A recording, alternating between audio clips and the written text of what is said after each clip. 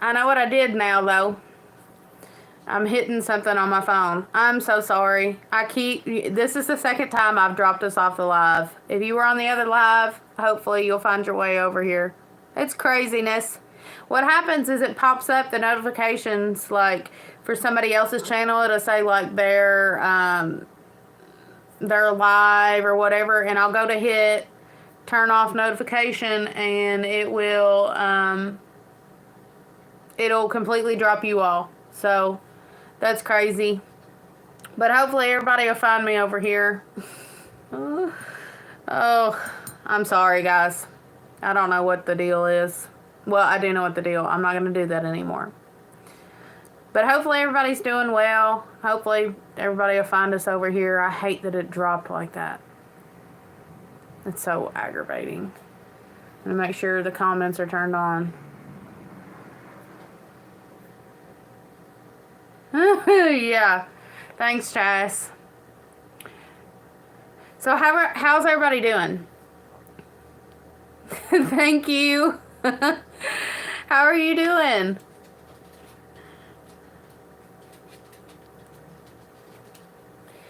I hope that everybody is doing well.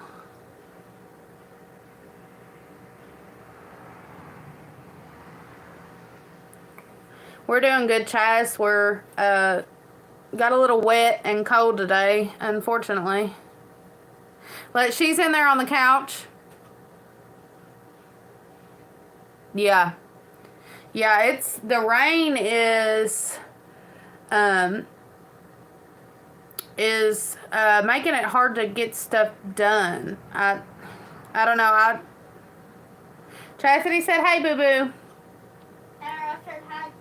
She just had supper, and so she fell asleep in the truck on the way home, and so she is sprawled out, laid out, flat on the couch. She's watching a TV show or something. Not a TV show. What's it called? She's watching something on her phone. I can't think of what it is, but that's what she's doing. Yes, it's been so rainy, and now it got cold. Sounds good to me. Yeah, it is. It's the rain's making it hard. Me and Andy were talking about, Oliver, why do you got to do this every time? We were talking about how it hasn't let up for us either. It hasn't let up for us either. If it's going to be cold, I've said it a million times, if it's going to be cold, I feel like it needs to snow. If it's going to be cold and I have to endure the rain, it's just aggravating. I would much rather have snow. I'd much rather have snow. I mean, I don't know. Some people will probably disagree with me, but if I'm going to have to go out and do chores, I would much rather snow be falling on me than rain, because by the time you're done just doing a small little chore, you're soaked. And there ain't nothing worse than being, well, I guess there's other things worse, but there's nothing that I don't like. Well, that's not a true statement either. I don't want to lie. There's nothing. I need to quit saying nothing. I do not like being wet and cold to the bone. I hate that. And then going out and like the wind blowing too, and you're like the wind hits your face and takes your breath. I hate that. I like snow better, but then we get stuck in it. Yeah. Yeah. Well, your driveway's like way off the road, so it's probably harder for you all. They probably don't fool with your all's road much. But I don't like being wet and having to do all the things, because when you're wet and it's cold and you're having to do farm chores, one, you can get sick pretty easy, and two, you're just uncomfortable. It's just uncomfortable being wet. I just don't like being wet in general. I just don't like it. Especially when your clothes are wet, because it just makes it uncomfortable. I don't know. I get stuck. I don't know. I get stuck at home when it snows. I'm up on a steep hill, so it's dangerous to drive down. Yeah, see, we don't have to endure anything like that. We just have to, drive 15 minutes to the farm. And we don't have to, we usually take back roads to get there. And we still do it when it snows and rains and ices and stuff because we just like the scenery. But if it absolutely came down to it, we could just drive, 15 minutes, mostly on the interstate. Most of the drive is on the interstate, and obviously they keep the interstate clear. Once you get back out to where the farm is, though, the county roads and stuff like that, it's not as they're not as clear as they are on the the highway or the state roads. But I don't know. It's just one of those things. Me and Andy were talking about today. Just the last couple winters, they haven't been horrible, but we've had like these bouts of like it just being real cold and having to endure the weather. I thank God that I don't have to deal with any larger livestock this winter. You worry for your larger livestock and chickens. I know chickens and rabbits are just they'll be fine. But having, to have, cows or horses or goats, you got to make sure you're giving them everything they need to stay warm. Full day to plow your road. Oh, that's awful. That's awful. But it's one of those things. We're in the middle of winter. I guess we just gotta endure. I hate the cold rain though. It's just not. It's not my favorite. It's not my favorite at all. I'll be glad when winter is over because it's my least favorite time of the year. Although I've been more optimistic about it, the snow and the cold and stuff this year, I feel my optimism draining. I would much rather it be spring now. I know, and like Lycan's birthday is in February, and she keeps asking me at least once a week since January when her birthday is. When's my birthday, Mom? When's my birthday, Mom? And so she's fully waiting and excited about February. Yeah, I mean, yeah, that's the bright side of looking at it, that, we were in a horrible drought last summer. But from what I remember the winter being really wet and spring being wet and then us not having anything all summer. And so I hope that that's not like that this year, because it was hot and it was dry. The garden really took a beating on it being dry. We just couldn't. We didn't have anything set up in order to water the entire garden, and so it just had to do without. Unless we hand watered it, and I only did that a couple times because you take a half an acre of garden, having to water that by a 5-gallon bucket, and carry a 5-gallon bucket doesn't go very far when it's really, really dry. She'll be 9. Can you believe that? That she'll be 9 years old. It's crazy. Makes me sad. Makes me feel old. One good thing about it, Chas, though, we both had our kids young, and so we'll be. Although it's sad that they're getting older, we'll be empty nesters and be able to do what we want when we get older. Which you've got a large age range. You've got a bigger gap and a younger baby than I do. But I'll be an empty nester, which is crazy. Maybe I shouldn't be thinking that far ahead, but I am. Yeah. Just a few more years and he'll be a teenager. It's crazy. But yeah,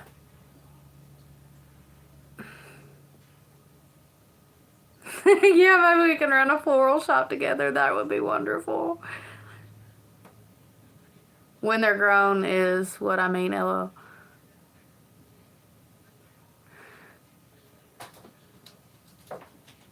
Yeah. See, Chastity had hers. How old were you, Chas? Were you 16?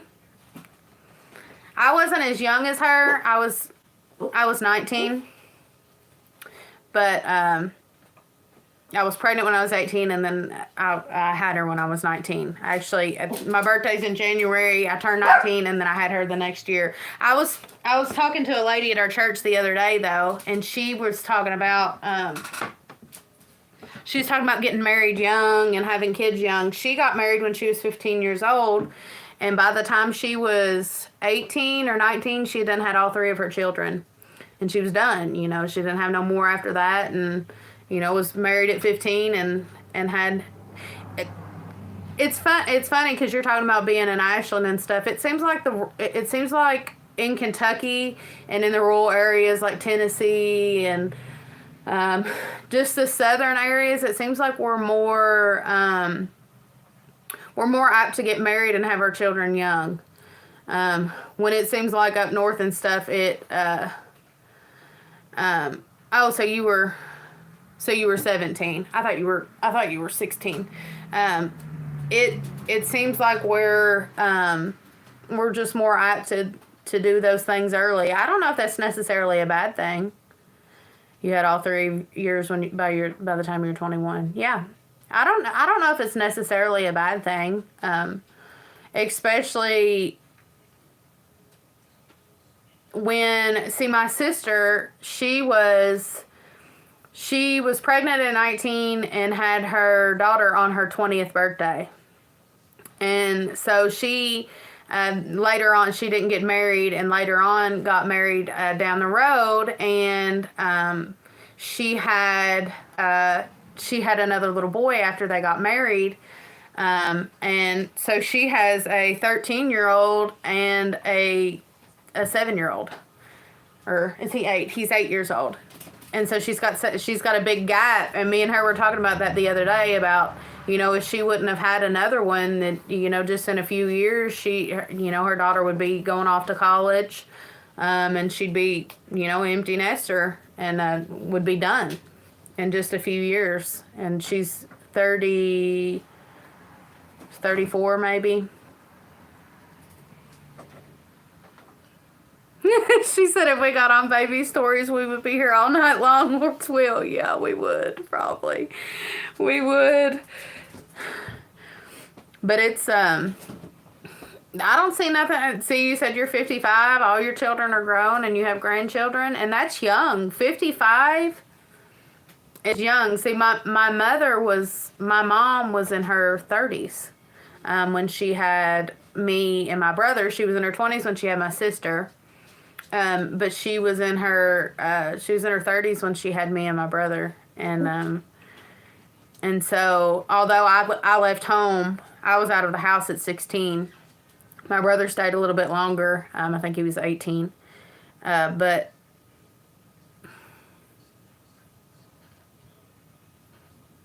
hey. Hi there, popping in to say hi at a friend's house. Guy in other room watching championship football. It's halftime, I think. Well, thank you for popping in, Daisy Q.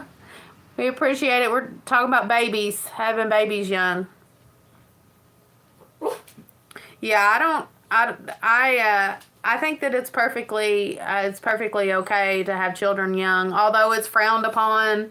And I don't know if, like, later on looking back, I don't know if that, you know, that's something I would have chose for myself to have her so young.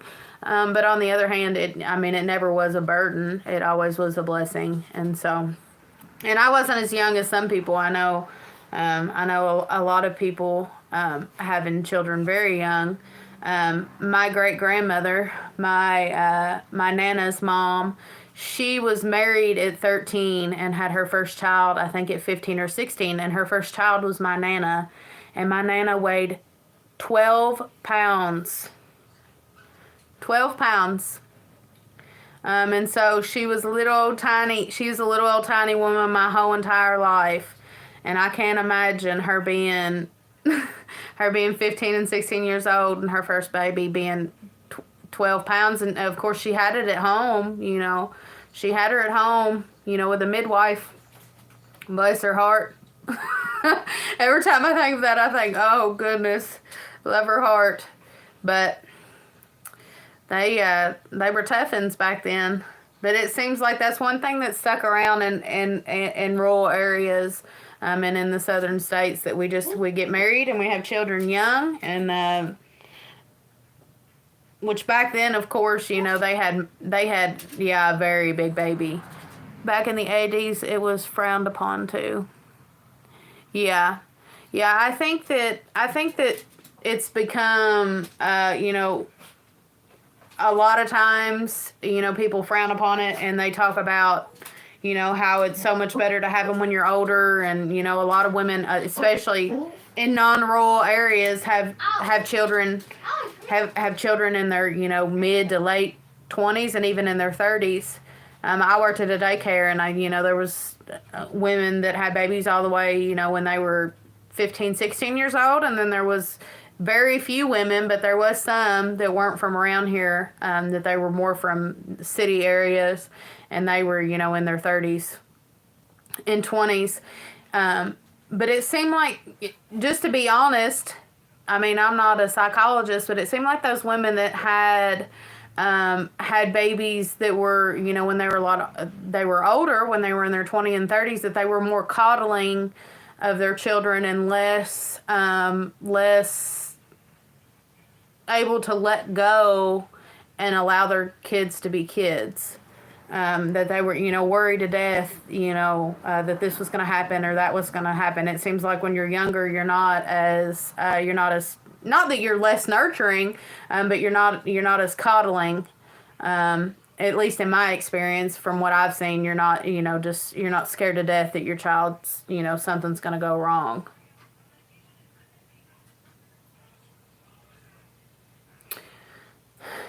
Yeah, my heart reaches out to you. That's a hard time. My sister raised my niece on her own, as well. He left as well while she was pregnant, actually.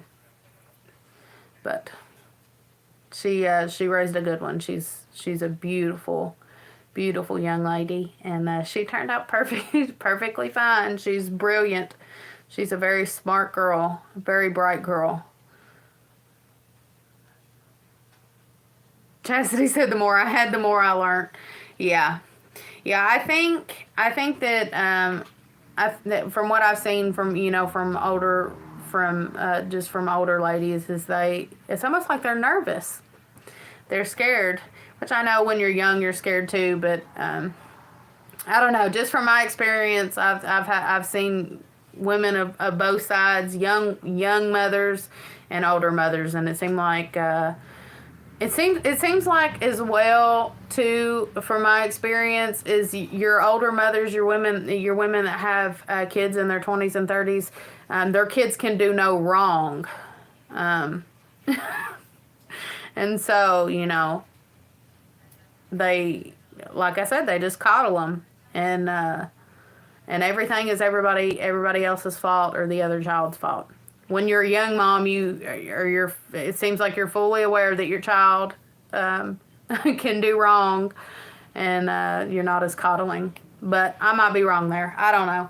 I don't know if that's a proven fact. That's just from my experience, from what I've seen.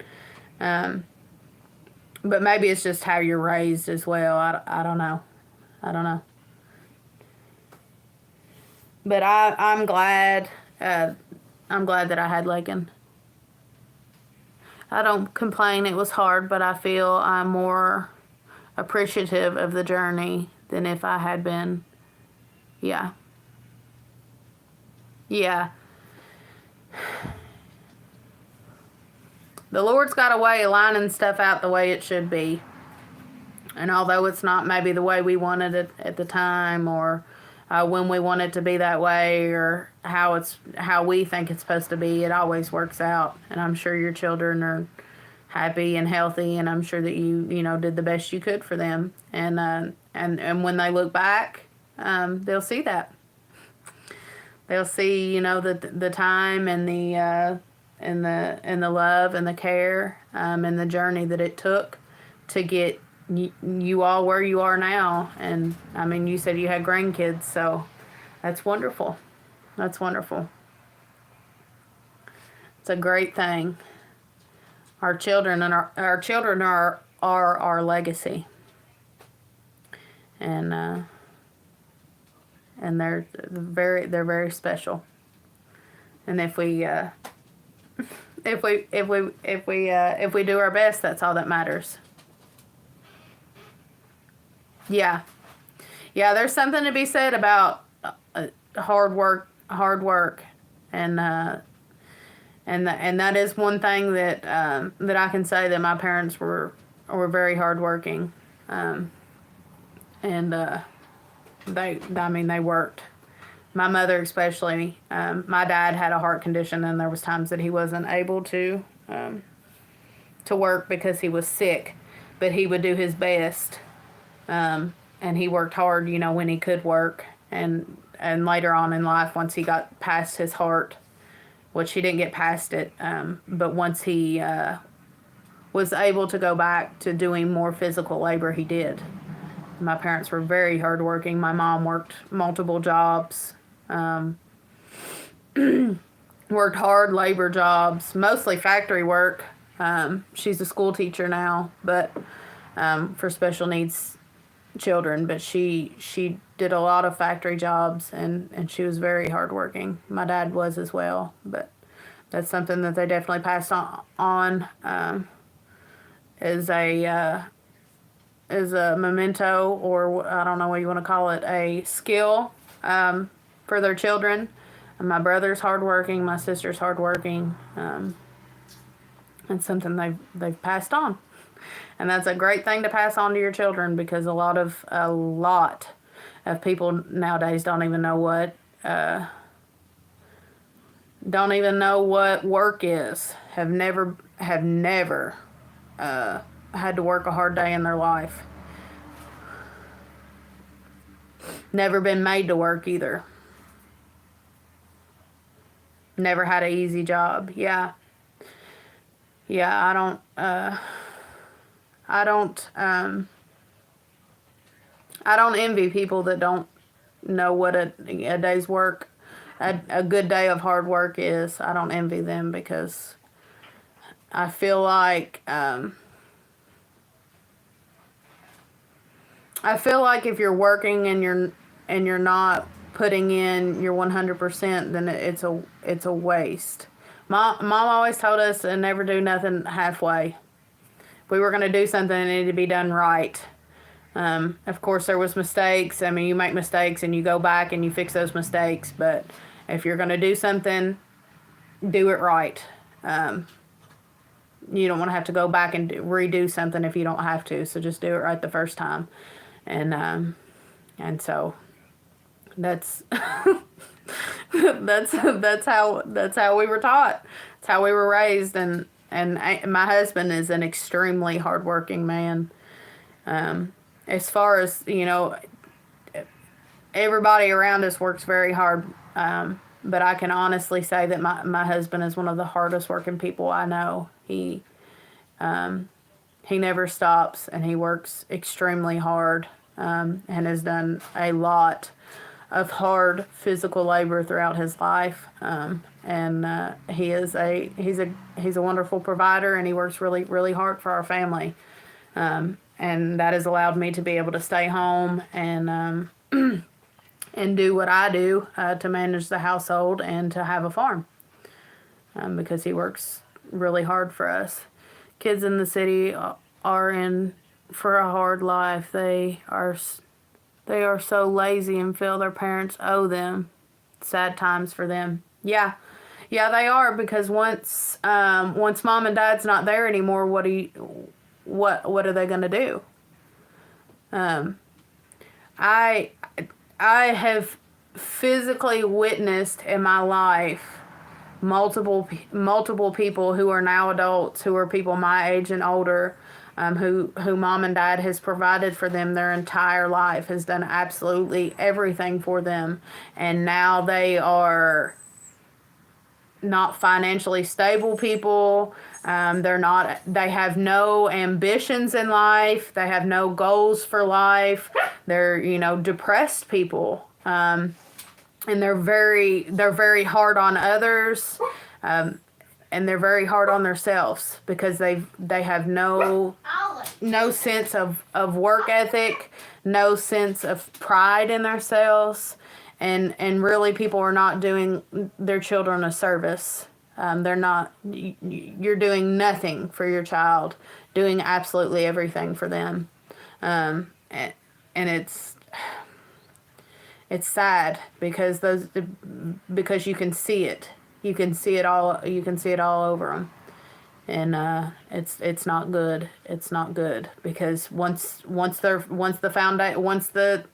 rugs rip out from underneath of them, once the foundation falls, once mom and dad's gone, what are they gonna do?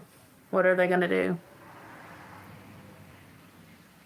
Yeah, yeah. They blame. I mean, they blame others.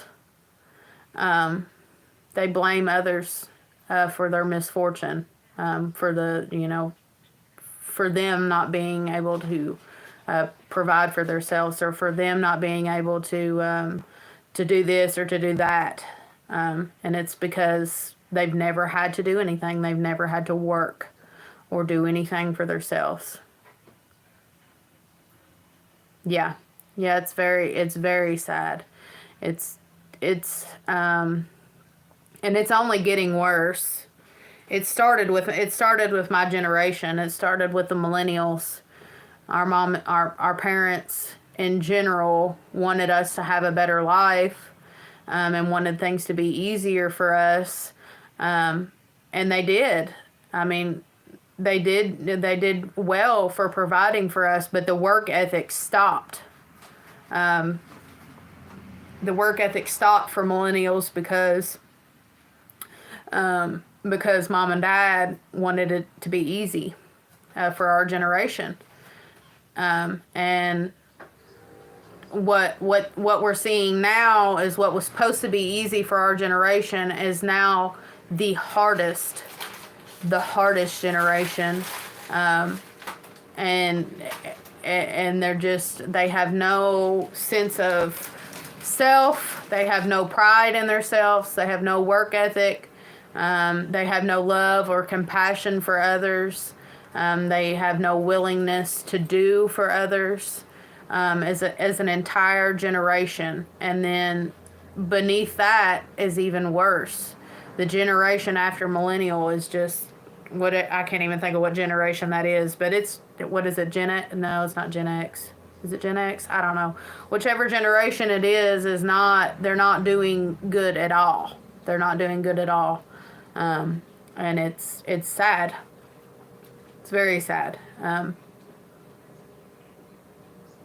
I'm so happy I don't raise mine like that. Nothing is free and only hard work gets you anywhere. Yes. Yeah. Yeah. Yeah.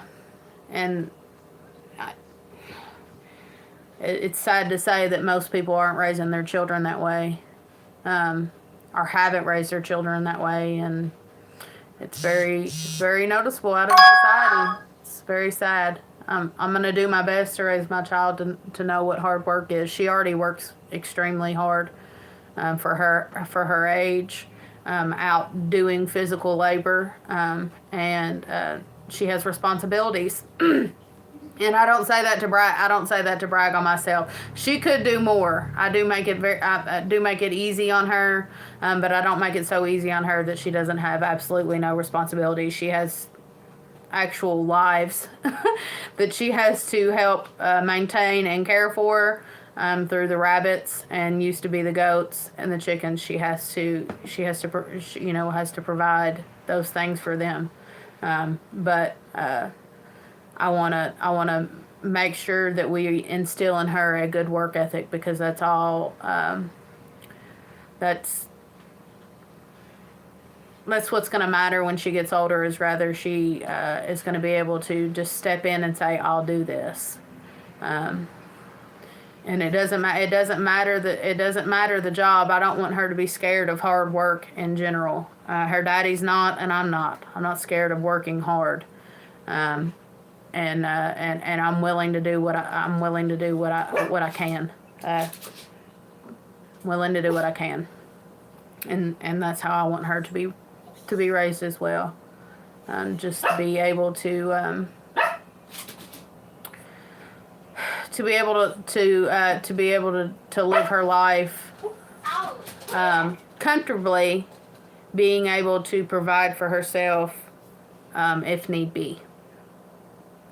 And so I hope that that's one of the traits that we pass on to her as she gets older. Oliver, you are so needy today. He's wanting my complete attention. No. Lycan, can you get him a treat? You give him a treat? He's acting wild. All right.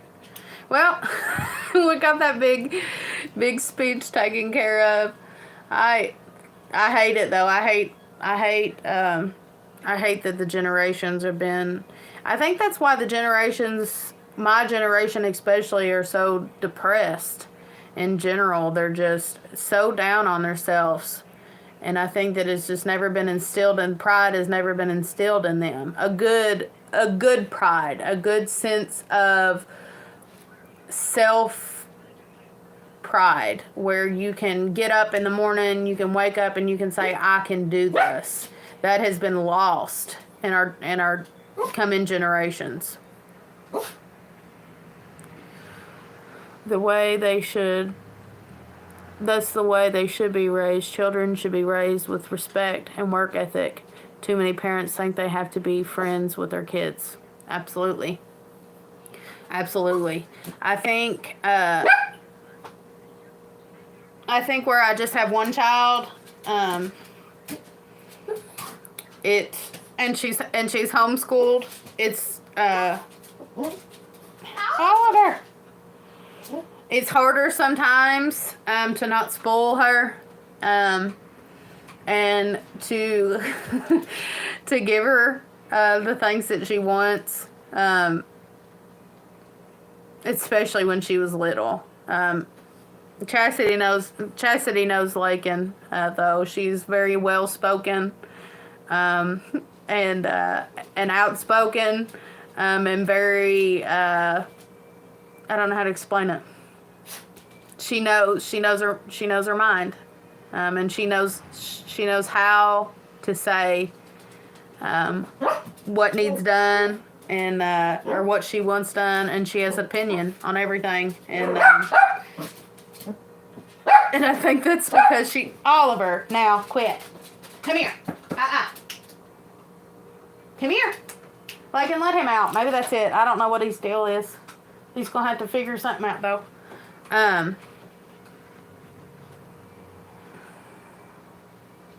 She said she can speak like an adult. I think where she's an only child, that she's been more spoilt than I was. I was raised a strong girl is perfect. She entertains me, Chastity said. Yes, she's very strong, and she's more like her daddy in a lot of ways. But I see me in her too, and so I don't know. She's a good. Her personality is a good mix of me and Andy. But she's definitely more spoiled than I ever thought about being as a child. We were raised not extremely poor, but we were pretty poor, and so we there's no way that we could have been able to afford the things that we can afford for her, and I'm glad that we're able to provide those things for her. But I also want to make sure that she is appreciative of all that she has, and that she takes care of all that she has. And that was something that... Come here. I can pick him up and bring him to me. He's going to have to be held or something, or he's going to bark the whole time. I just broke my stool trying to grab him. Actually, better yet, take him back there to Daddy and close that door. You're being too much. Close the door. But I want to make sure that she is appreciative of all that she has and that she takes care of what she has. That's something that my mom and dad instilled in me. We didn't have a lot, but what we had, we took care of. And the things that we had lasted a long time because we took care of them. And although she gets more than I ever did, I want to make sure that she is taking care of her things. And treating them with respect. And I think that that's something we were talking about, the things that are lost. Oliver is jealous that you're talking to he is. Have you know how like when you get on a phone call with you, when you get on a phone call, especially if it's an important phone call, your kids are in the background hollering and screaming and throwing a fit, but they weren't doing that before you got on the phone. That's what he does. And so when I call like a doctor's office and I'm talking on the phone and trying to get information, Oliver's barking in the background. Like he's going to die or something. I don't know why he's like that. He's like he thinks he's a child. He's another one of the spoiled rotten things that we have in this in this house. But that's something, I can't even remember what I was saying, but that was something that Mom and Dad instilled in us to have is appreciation for our things and to take care of our things well. And so I want to make sure that she has that instilled in her to know that nothing is free, nothing comes for free. We all have to pay a price for that.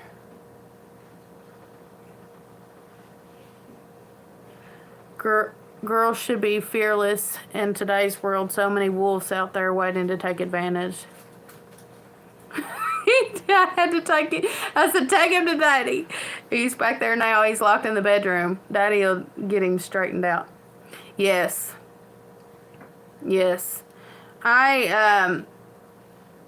Something that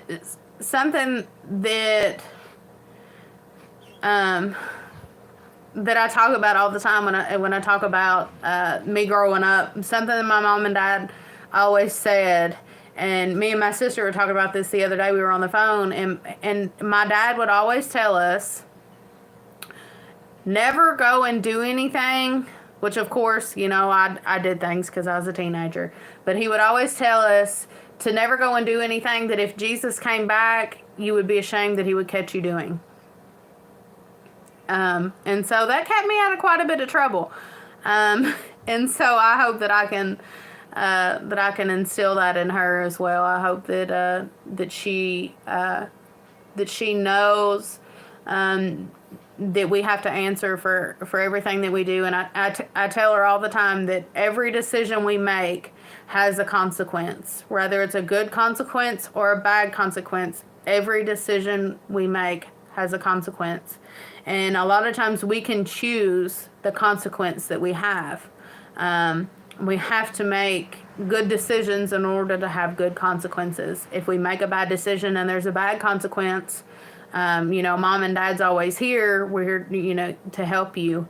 But it's a lot easier to choose right off the bat than it is to choose wrong.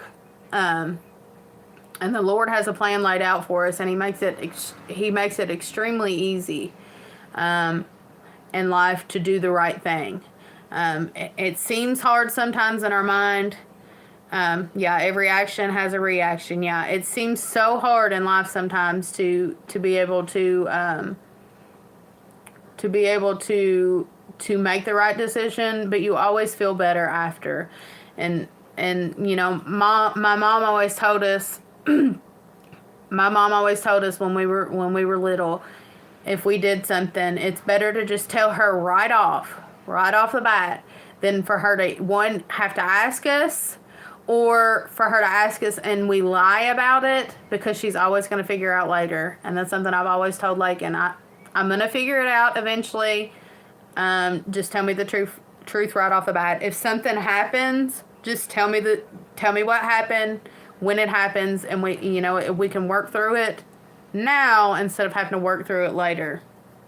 And so that was something that Mom and Dad always taught us. And I remember, especially my teenage years, that I would do something that I wasn't supposed to do, and I would just go ahead and tell my mom.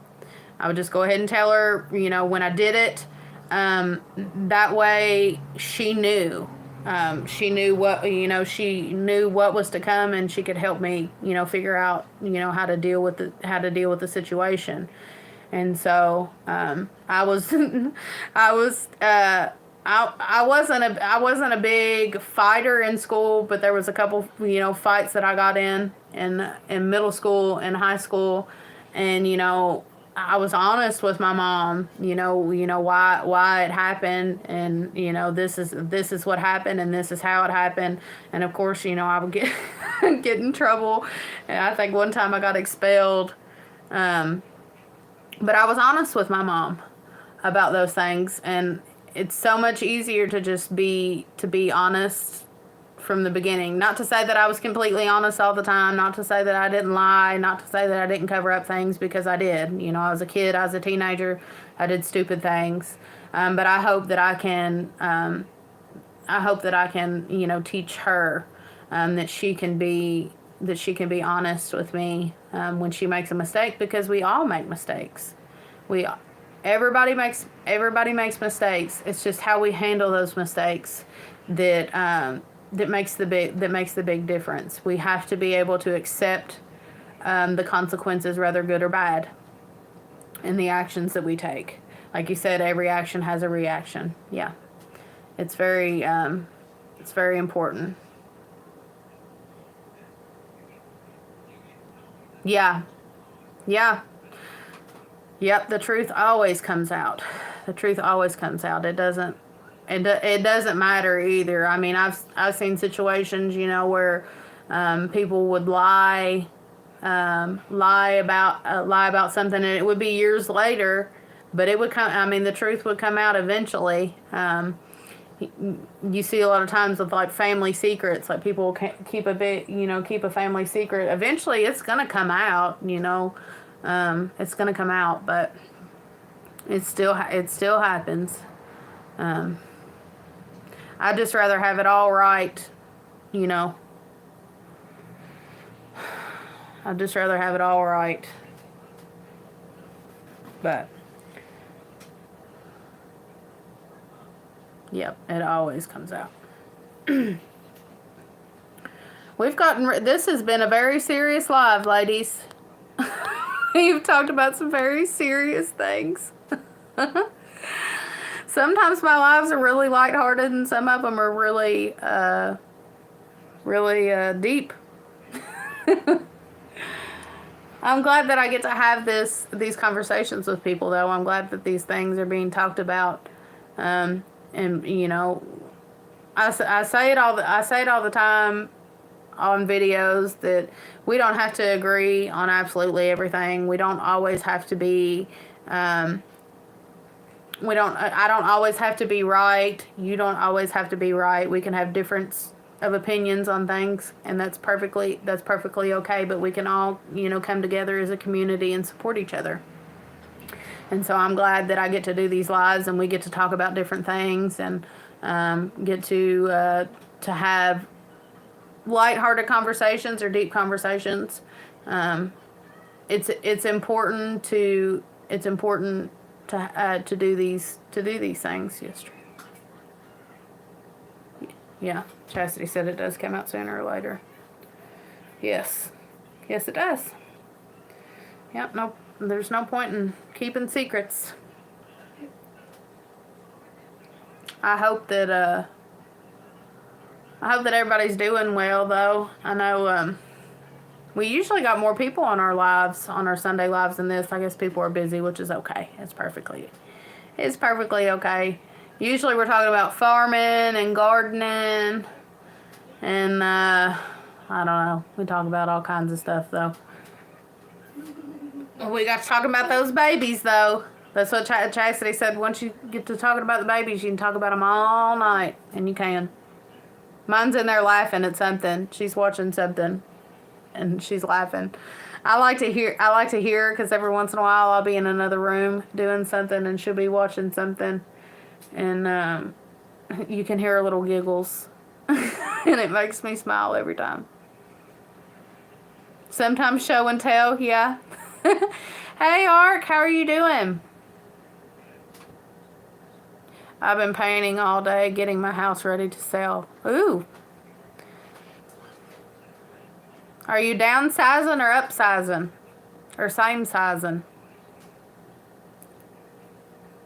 We live in a small house. Honestly, though, I don't know. I mean, in some sense, I would like to live in a larger house just to have more room to like just stuff things. Fine as a frog's hair. That's a good one. I hear laughing, then I hear screaming and squealing. Yeah, you got 4 of them over there. I'd say it's a ruckus. I would love to paint this house. It needs it big time. The house has we've taken when we moved in, it had wallpaper up. You can see it there. It's coming off the walls. Some of the spots that we even taped it up because we've just not been able to get to painting it. Oh, okay. Yeah, that's the way to do it. Move to the country. That's how I like it. Thank you. I appreciate it. Thank you, Ark. But I'd love to have. Well, it's what I was getting ready to say, to have more space. But if I had more space, I would just fill it up and stuff it. And so our house, as it sits, is a 2-bedroom house. And she said it's cute and cozy. I was talking to Andy the other day, and I said, do you think we should get rid of some of this stuff? That's what I told him. I said, it's just so much stuff. I said, when people come to the house, do you think they think, oh my goodness, her house is just so cluttered and dirty? And my house, I mean, it's not, I clean it, but it's just like a lot of things have dust on them because we have a lot of antiques. Like you can see just right here. Just this little corner here. Let's see. Let's count the antiques in this one little spot. So, first off, let me see. 1, 2, 3, 4, 5, 6. That cross up there is an antique.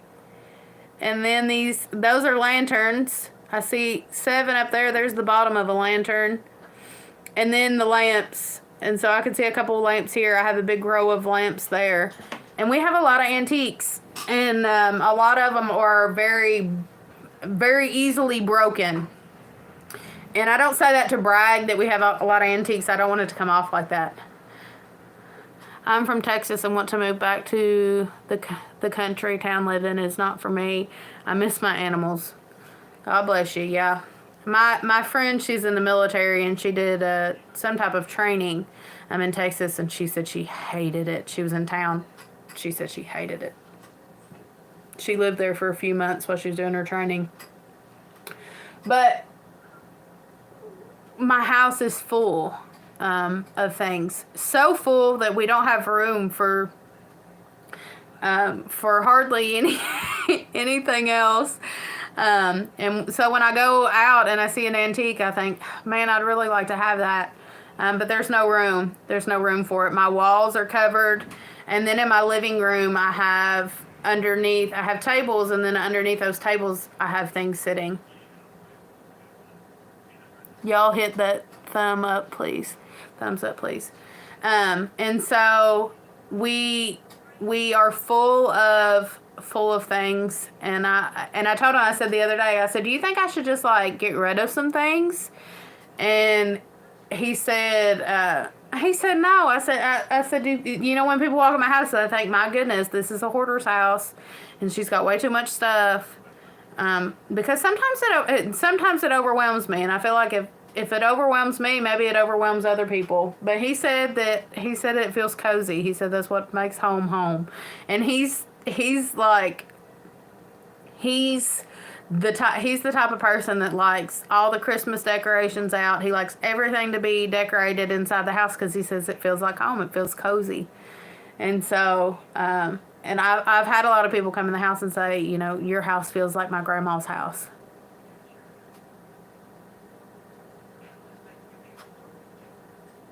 Yeah. Never know what you might need. Well, here's the thing, Ark. We've got, let me see. 1, 2, 3, 4, 5, 6, 7, 8, 9, 10, 11, 12, 13, 14. I don't know. We've got like maybe around 20 lanterns and probably around 20 lamps. So you can see the antique lamps, coal oil lamps, and coal oil lanterns. And so if the power ever goes out, we should be able to heat and light this house up just with just with lanterns. So I mean, yeah, you never know when you might need it. But in the 10 years that we've lived here, we've not had power go out, but maybe just twice. And so I don't know, but they are beautiful. I do love the antiques. If I had to go through the house, yeah, I love old lamps too. Here, I'll show you this one, because I have them sitting on my table too. Here's one. I love this lamp. Ain't she pretty? Yeah.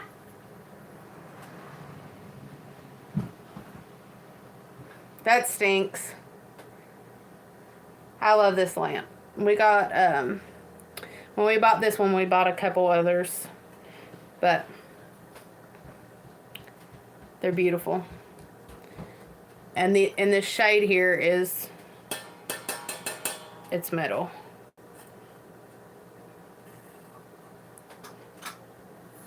But we've got them everywhere. All throughout the house. I've got so many of them that we have some that are just put up in boxes. And globes that are put up in boxes, and chimneys that are put up in boxes, and so. But chimneys and stuff, you know, you can break, and it's hard to find actual antique to date chimneys. And so when you see them, you gotta buy them in case, you know, one of your lamps or something that breaks.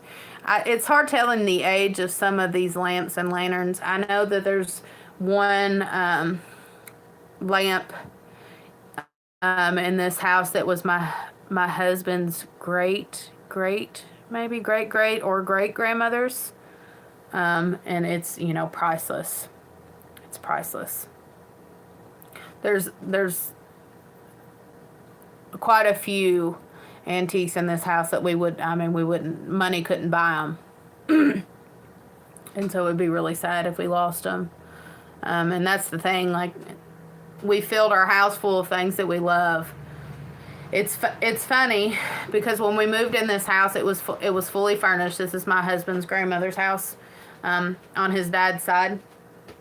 And it was fully furnished. She had moved in with one of her children, and she left everything, down to the dishes. We always say down to the dish towels. She left everything, and so it was full of all of her things, and it was hard. Yeah, stock up on oil. It was hard. It was hard getting rid of her things because they were hers, but I couldn't really style the house the way I wanted to. I couldn't really do the things that I wanted to do in the house because it was full of her stuff. Well, I just decided one day that we were just going to keep a few things that was hers, and then we were going to get rid of most of her, you know, most of the things. And so the house sat with just very few things in the house that actually belonged to her still. And my husband's other grandmother passed away, and they auctioned her things off. And so when they auctioned them off, we were able to purchase a lot of antiques and items that were special to him and their family, and fill this house up and decorate it the way that I wanted to. I always, when people talk about, you know, the stuff in the house, I always say I wanted it to look like Cracker Barrel. And so it does. It's full. It's got neat stuff hanging. I mean, these are hanging, you know, in the in-between here. And then there's lanterns and lamps that hang from the beams. We've got beams through here. And it's it's chock full of all kinds of antiques and things that we actually love. Especially my living room. My living room has a lot of antique lamps and lanterns. And what else we got in there? We've got a antique china cabinet that's full of just different collectible things that we love. And I'm glad that we had the opportunity to actually fill our house full of things that we actually love. Even if I can't stay on the dusting and the cleaning of them like I would like to. There's still, all of the items are so special to us. And we, handpicked each thing. And it makes it even more special that they're, antique and vintage pieces that we can pass down, that we can pass down to Lake. And we always tell her all the time, or her daddy always tells her that when I'm gone, this is your stuff. And so it's special to have those things, especially since they were her great. She has things in this home that were her great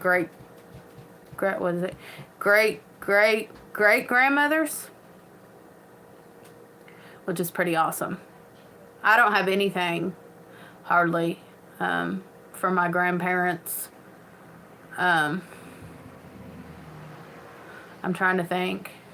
When my great grandmother passed away, she passed away when I was a teenager, and I ended up with a cross necklace that was hers. But besides that, as far as things that actually belong to my grandparents, I have very little.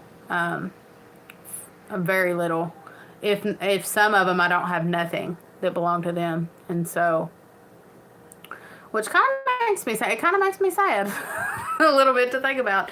I would love to have, something. But there is a few things that I can't wait to be able to pass on to Lakin. If we make it to our old age and she gets to start her own home, she has her own home and her own family, that we can say, hey, this was your great-grandmother's or your great-great-grandmother's, and you can have it. It's yours now. That's super special. That is super special to be able to do that.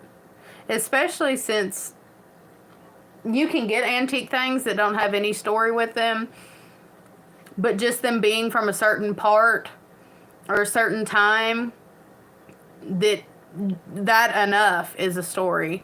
I love antiques and things like that because it's the story behind them. And something about just having stuff that doesn't look, just brand spanking new and shiny makes them even more special. I don't like to have new things. I don't like to spend money on new things, mostly because a lot of times they're not well made. There's a reason why we have antiques still, because they were very well made. But modern things just don't last. They just don't last. And so if I'm going to bring something in my house, I want to bring something that's built to last. Of course, everything's not like that, but, you got to buy modern things sometimes. But I like having, old cast irons and your cast iron pans and your cast iron dishes. I've got pots and pans and cast irons that are older than my husband in this house. And that was his mama's. And just stuff that we've bought that's older. My canning pot was my husband's grandmother's. A lot of the cast iron was my husband's grandmother's. On both sides, we bought some from an auction, and some of them was passed down to him. But it's special having those things in your house, especially when you know that it's gonna last. You're gonna be able to give it to your grandkids.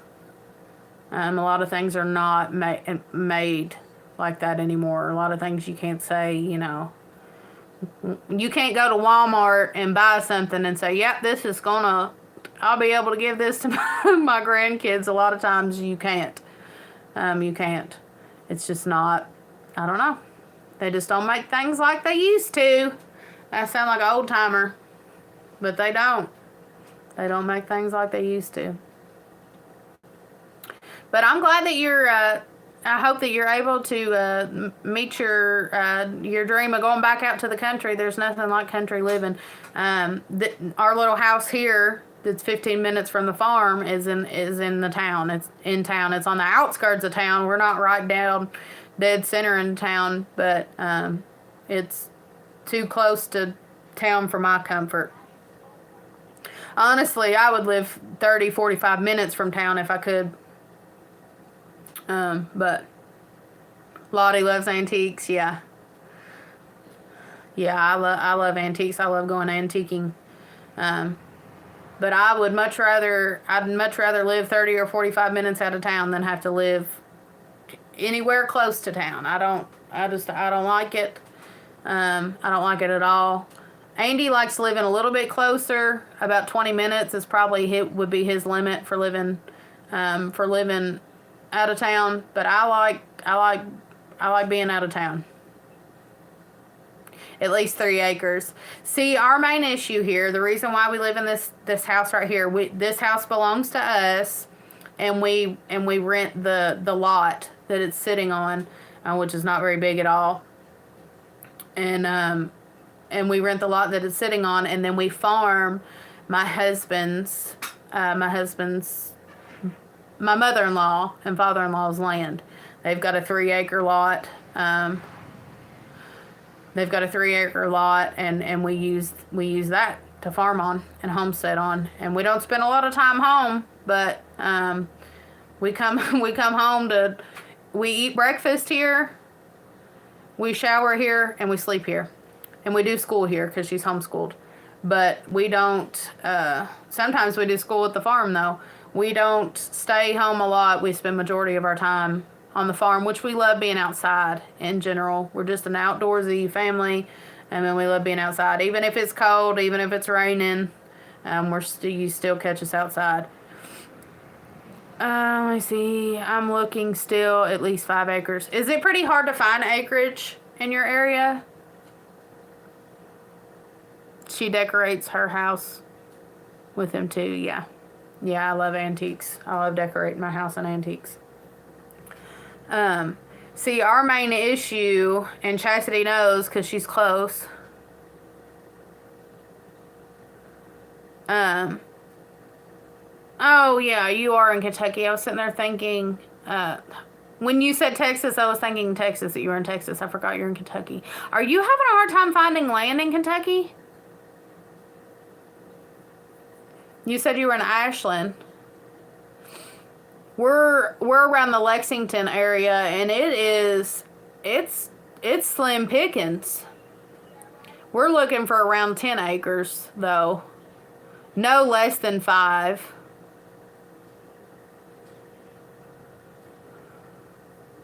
We're having a hard time. Having a hard time finding something, 1, at a decent price, and 2, that is not, like a mountainside or just rough clay soil. Which even now, I think I can manage some clay soil if it just wasn't on a mountainside. But we're having a hard time. Most of the areas out here are like less than 3 acres or 500 acres. And then, they're asking $500,000 or $1 million for it. Anywhere between that. And we need 10, around 10 acres. And we've just not been able to find anything within our price range. You're looking down in southeast Kentucky. Yeah, we're having a hard time. Which I think I don't know. I don't feel like we're that picky. I stay on the market too, I stay looking. I've got a Zillow account. I don't know if you've looked on Zillow, but I've got a Zillow account, and I stay like on the market looking at different places and looking at the prices of things. And in the area where our farm's at, An acre lot, anywhere to like an acre and a half lot's going for about $165,000, and for like a double wide or like a trailer that sits on it. And that probably sounds cheap to some people, but that's outrageous for the area where our farm is, because it's nothing but swampland. Clay soil and swampland. It's hard to homestead on, on swamp. Can't hardly grow nothing. And it's bad on animals in general. I think that that's the reason why our goats did so bad, is the quality of land is so poor. That you have a lot of problems with bugs. You have a lot of problems with disease being in the soil. You have a lot of problems with parasites being on the ground, because the ground quality is so low. Oh, yeah, I'm not talking about a trailer. I'm just talking about, them wanting... Yeah, I'm not talking about a trailer. I would have no problem living in a trailer or double wide, but I don't want to pay $160,000 for it. You could probably buy a new trailer for that, couldn't you? I haven't looked at a new trailer or double wide. I live in a trailer. This is the trailer.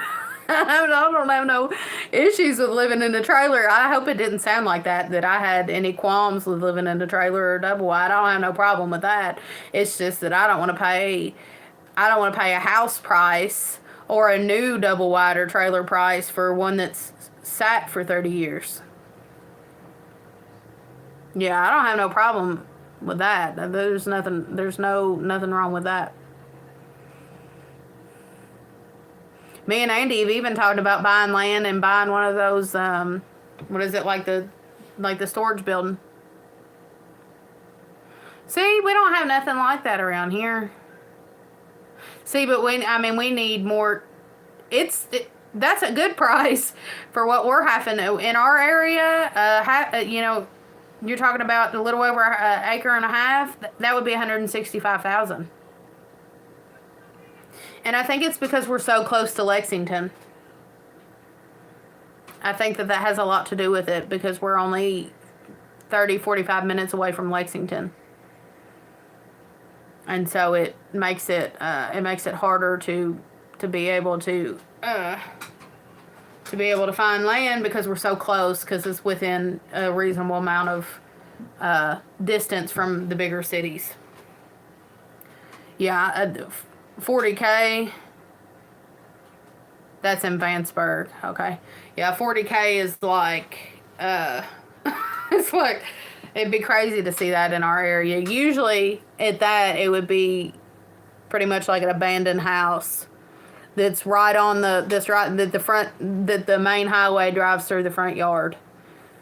It's really hard to find something at a decent price in our area, which we're having to save up anyways. But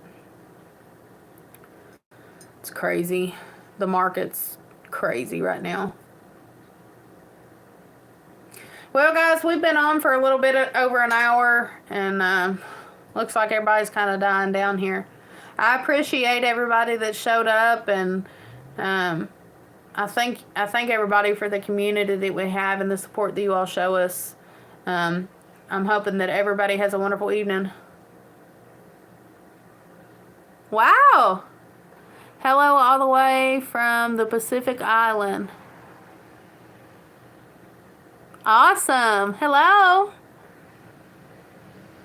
I just don't like being near a big city. I could take or leave Lexington. When we talk about Lexington, we go there when somebody's in the hospital.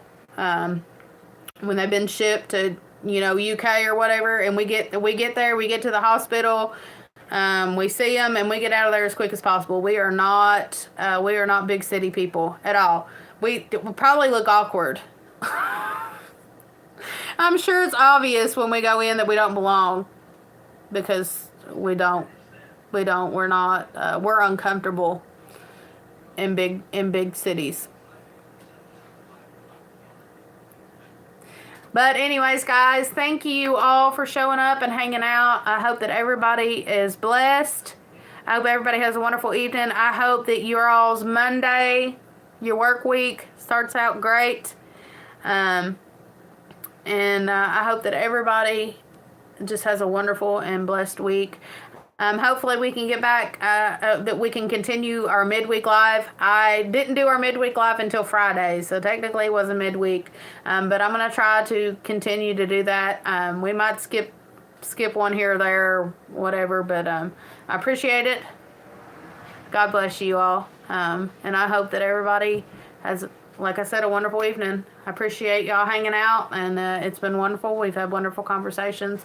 And so if you are interested in popping on another live, Lord's willing, hopefully we can have a midweek live. I'm going to say Wednesday, but y'all don't hold me to that.